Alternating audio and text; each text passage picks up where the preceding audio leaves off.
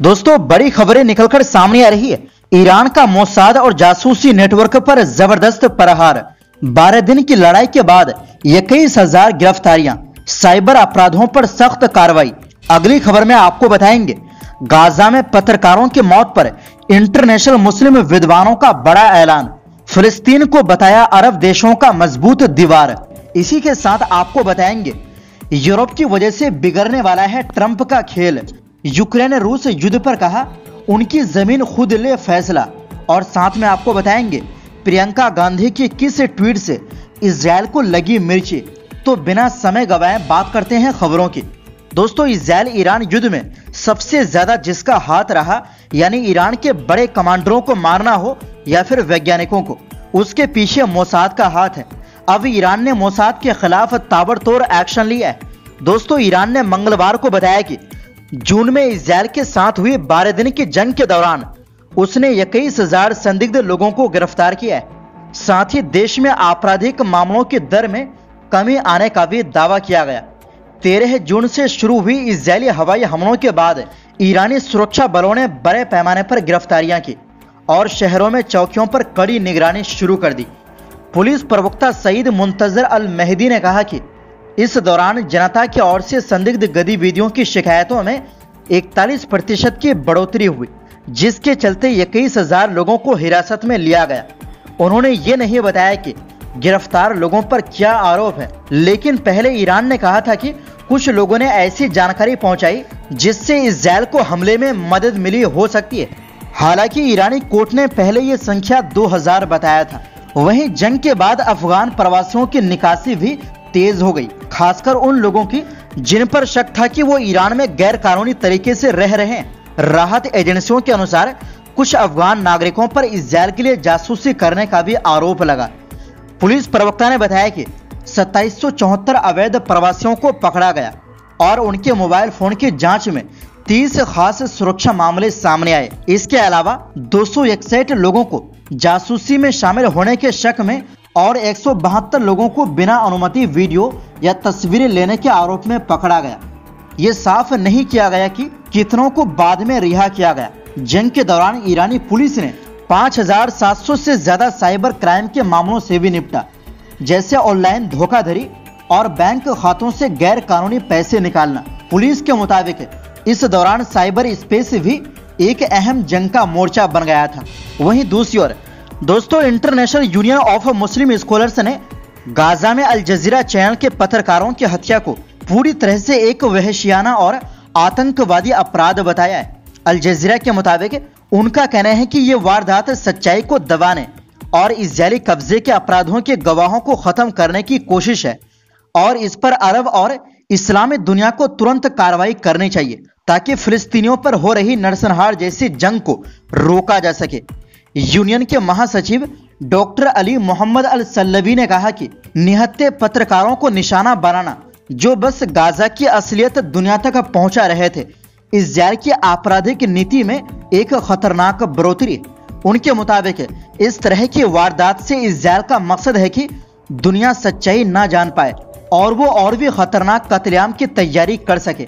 दरअसल ये हमला उस वक्त हुआ जब अल जजीरा के पत्रकार अनस शरीफ और मोहम्मद करीका अपने साथियों के साथ गाजा शहर के अल शिफा अस्पताल के पास एक प्रेस टेंट में मौजूद थे। देर रात वहां पर इजरायली हवाई हमला हुआ और ये सभी शहीद हो गए। अल सल्लवी ने कहा कि ये घटना बिना किसी अंतर्राष्ट्रीय सजा के हुई, जबकि पश्चिम और अमेरिका का समर्थन इजरायल को अपने खून खराबे जारी रखने का हौसला दे रहा है। उन्होंने कहा कि ये कब्जे की जुल्मी मशीन इंसानियत की कोई कदर नहीं करती।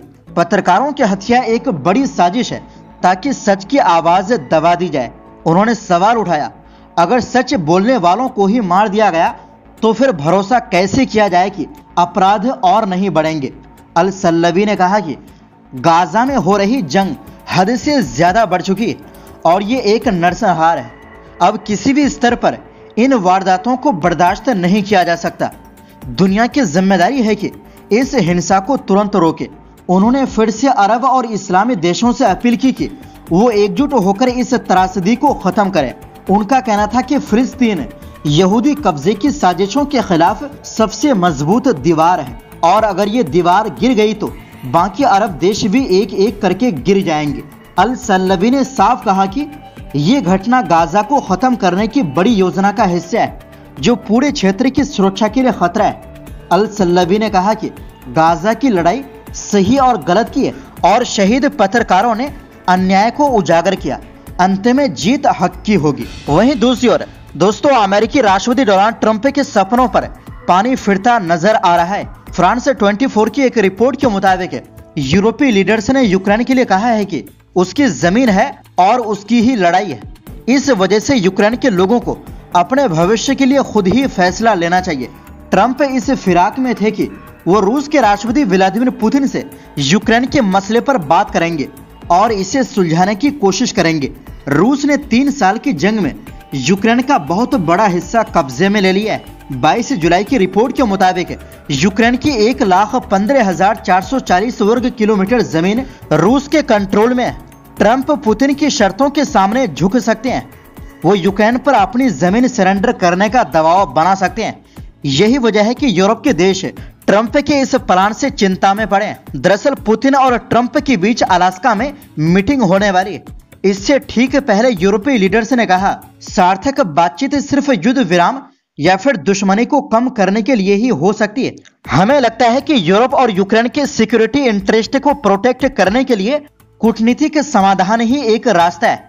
हंगरी को छोड़कर सभी यूरोपीय संघ के सदस्य देशों के नेताओं ने इसका समर्थन किया है। यूरोपीय लीडर्स ने ट्रंप के इरादों पर पानी फेर दिया है। उन्होंने शांति के मामले पर कहा यूक्रेन के खिलाफ युद्ध को रोकने के प्रयासों के लिए राष्ट्रपति ट्रंप की तारीफ होनी चाहिए, लेकिन यूक्रेन के बिना उसका भविष्य तय नहीं हो सकता। यूक्रेन में शांति का फैसला उसके बिना नहीं लिया जा सकता।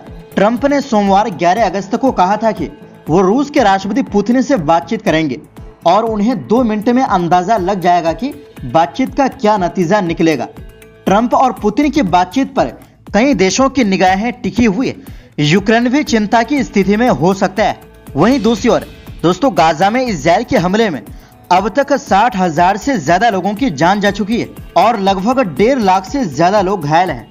CNN की एक रिपोर्ट के मुताबिक इजराइल की सेना ने गाजा पर कब्जा करने की भी योजना बनाई है।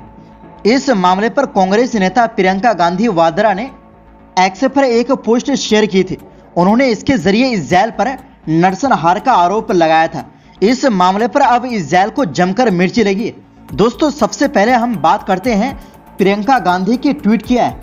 दरअसल प्रियंका गांधी ने अपनी एक्स पोस्ट में लिखा था इजराइल नरसंहार कर रहा है। 60,000 से ज्यादा लोगों को मारा जा चुका है, जिनमें 18,430 बच्चे थे। सैकड़ों लोग भूखमरी की वजह से मर गए। इन अपराधों को देखकर चुप रहना अपने आप में एक अपराध है। ये शर्मनाक है कि भारतीय सरकार चुप है, जबकि इजराइल फिलिस्तीन के लोगों के खिलाफ तबाही मचा रहा है। लेकिन इस पर भारत में मौजूद इजराइल के राजदूत को इतनी मिर्ची लगी कि उन्होंने इसे पूरी तरह गलत ही बता दिया। भारत में इजराइल के राजदूत रेहू एन अजार ने प्रियंका के आरोपों का जवाब देते हुए कहा, शर्मनाक, आपका बयान गलत है। इजराइल ने 25,000 हमास आतंकियों को मारा है।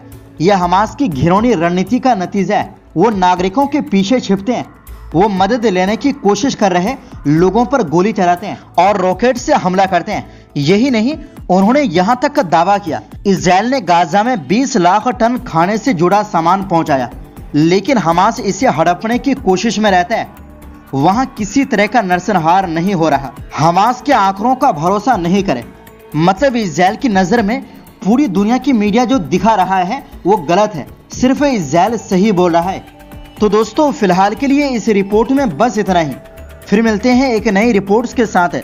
हमारी सपोर्ट के लिए चैनल को सब्सक्राइब जरूर करें। बहुत बहुत शुक्रिया। खुदा हाफिज।